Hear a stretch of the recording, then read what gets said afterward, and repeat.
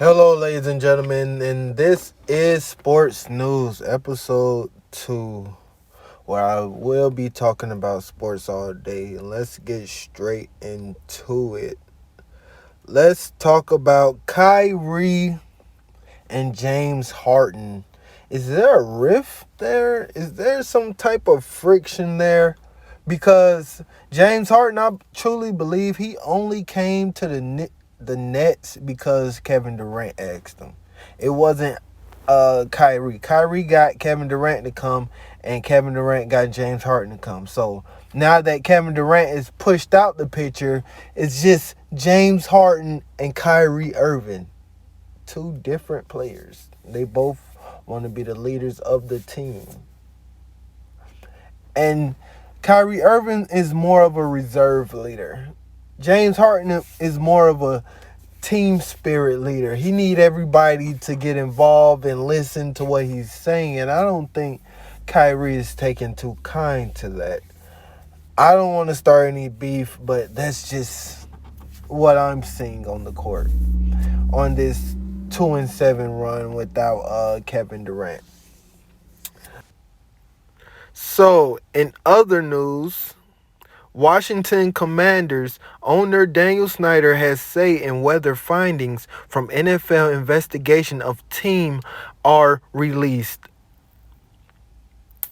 The NFL may not be able to publicly release the findings of its internal investigation of the Washington Commanders without the explicit permission of owner Daniel Snyder.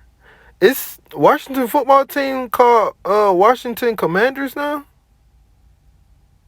That sounds like a one of them off-brand teams, one of them arena football teams. It is what it is. Let's continue.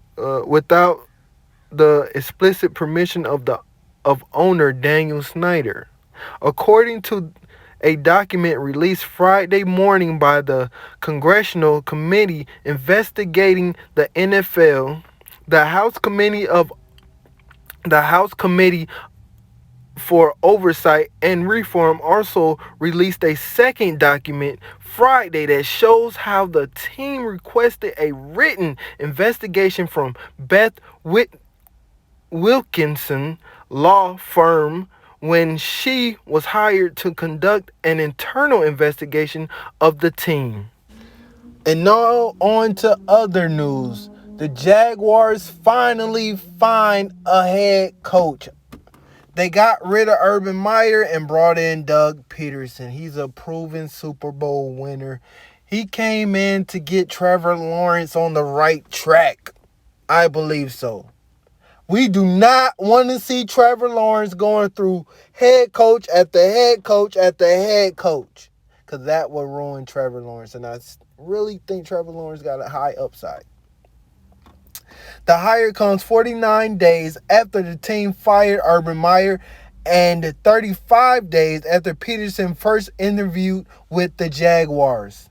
Peterson spent the 2021 season out of football, but he was the first head coach candidate the Jaguars interviewed. That was on December 30th, and the Jaguars brought him back for a second interview Tuesday. Okay, the thing about that, like with these white head coaches and these white quarterbacks, they would totally look over a black guy who's still in the league. They will totally look over him and go straight to the guy who's sitting on a couch, who was out for a whole year. Now I know they interviewed him a couple of times and stuff, but Eric the Enemy, we need more black head coaches in the league. They hear us crying out. We need more black representation. They hear us, but they're not listening. They're not listening. But that's a good thing for Peterson. I'm not hating on him at all. Okay. In more news, UCLA Bruins Mac EP2 arrested after appearing to spit at Arizona basketball fan. Wow. Matt, a redshirt freshman forward on UCLA men's basketball team, was arrested and cited for assault after appearing to spit at Arizona fans following the Bruins' 76-66 loss to the Wildcats on Thursday night. Now, I have a problem with this because they brought up assault charges on this young man for spitting at fans. This should be a slap on the wrist. I'm not even going to hold you. This should be a slap. Now, if he spit directly in a fan's face, that's different.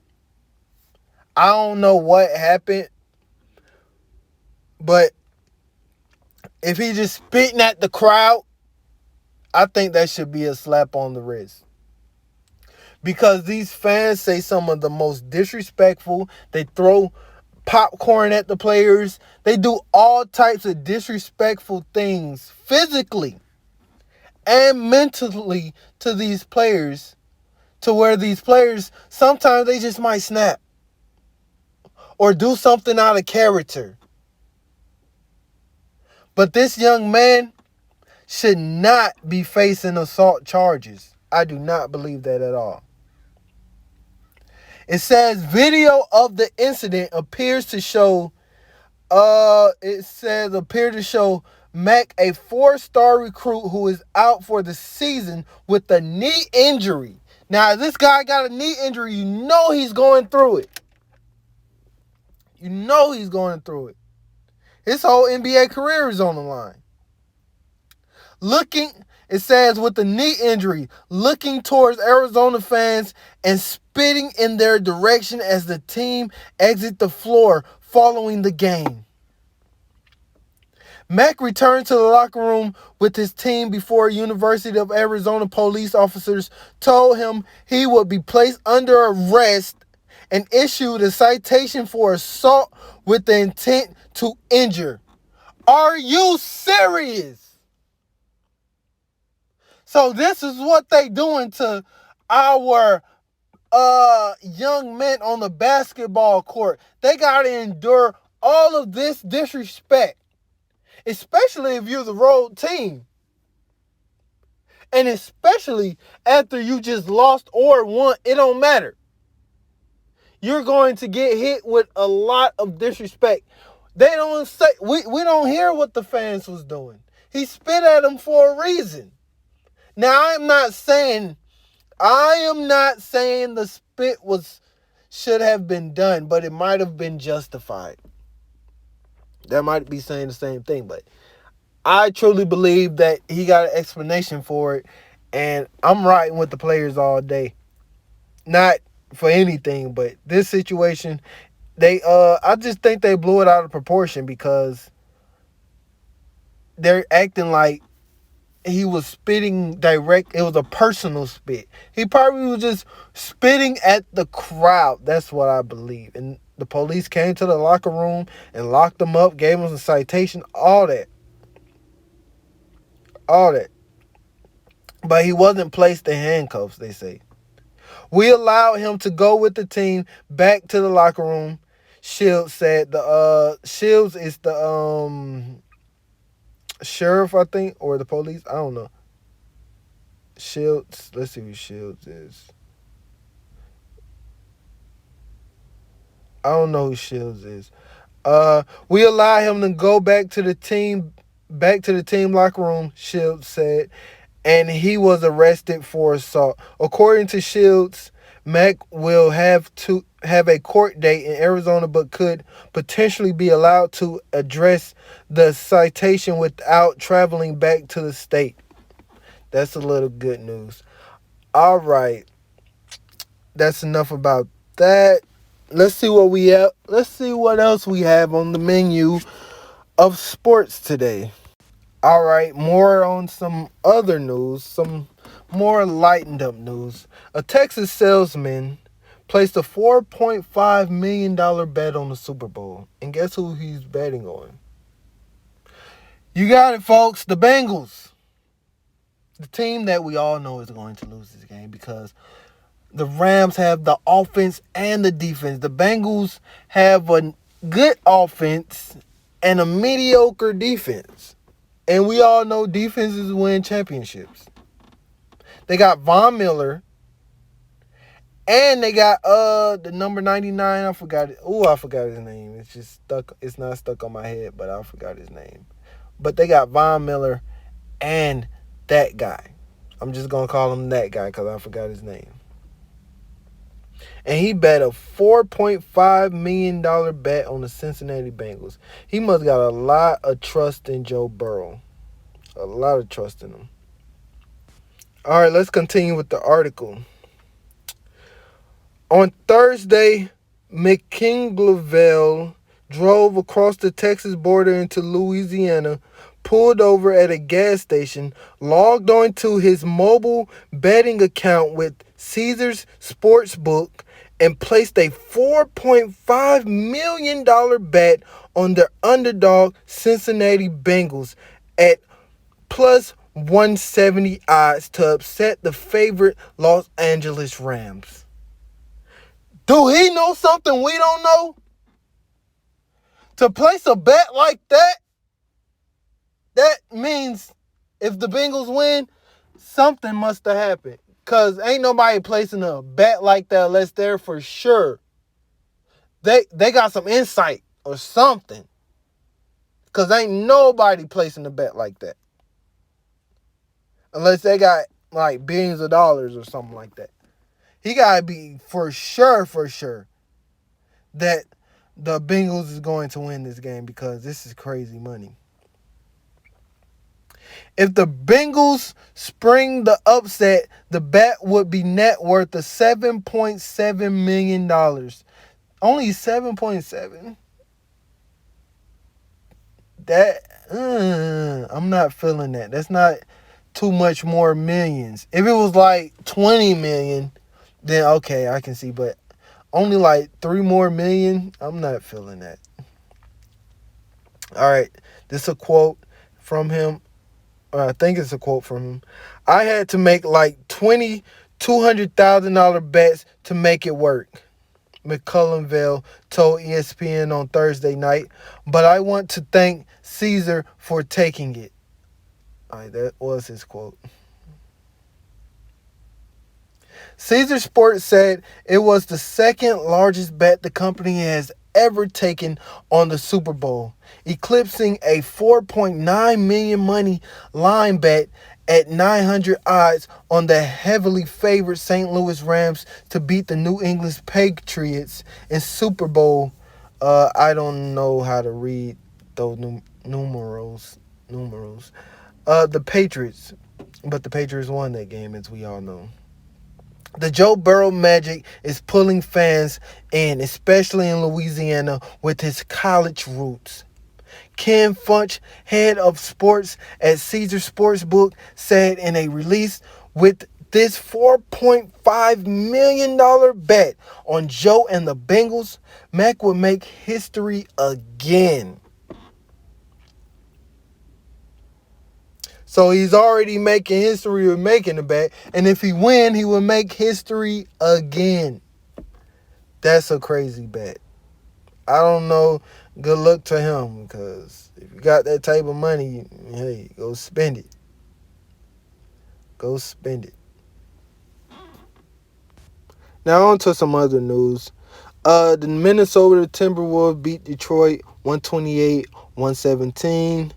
Miami Heat beat the Spurs 112-95. The Phoenix Suns loses against the Hawks. The Hawks break the Phoenix Suns winning streak.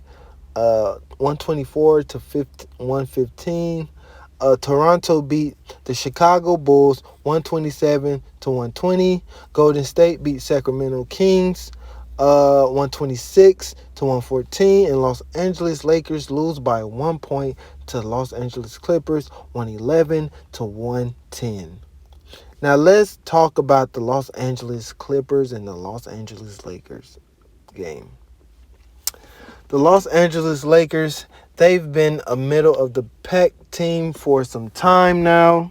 They still haven't gotten the pieces all the way together. I still think they can do it before the season ends and they get stuck somewhere playing in a play-in game, you know. Anthony Davis had 30 and 17, 30 points and 17 rebounds. That's what I'm talking about, Anthony Davis. Everybody else did okay. Malik Monk is really growing into his own. He had 21 points in 33 minutes. Carmelo Anthony had 7 points in 11 minutes. Wow, Carmelo. Carmelo have been a very decent piece added to the Lakers. I'm not going to lie to you. Reggie Jackson scored that point that everybody was raving about. I'm not going to show y'all the highlight. He ended the night off with 25 points. Marcus Morris ended the night off with 29 points.